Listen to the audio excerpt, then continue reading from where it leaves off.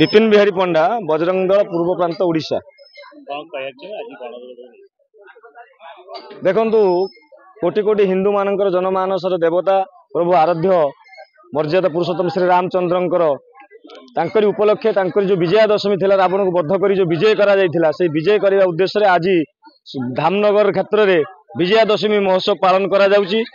एवं देखिथिबे आज तार प्रथम कार्यक्रम रे हजार हजार संख्यार राम भक्त माने आज जोड़ी होते स्वतःपूर्त भाव में समस्ते श्री राम अनुसरण करी तांकर अनुशासन को अनुसरण करी समस्त आज राम भक्त माने जोड़ी होते। तेणुक आपण मैंने देखिए आज पूरा गौरीमय होता धामनगर। ये एक शुभ संकेत भारत वर्ष हिंदू मान जागृत हिंदू मान एकता अखंडता निश्चित भाव में एक शुभ संकेत। मुश्री कृष्णचंद्र जेना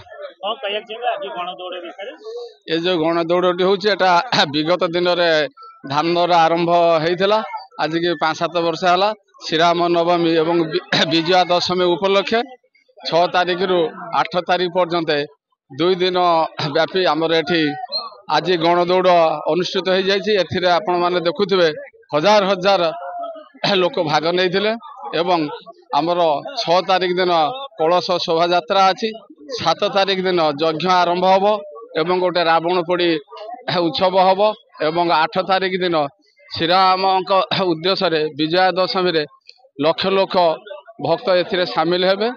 तत्सहित समस्त मातृभाषा मातृभूमि की बचाई भारतवर्ष को बचाई श्रीराम भक्त मान को एकजुट करी ये भारतवर्ष को बचाई सनातन धर्म को बचाई आमर एकमात्र लक्ष्य अच्छी।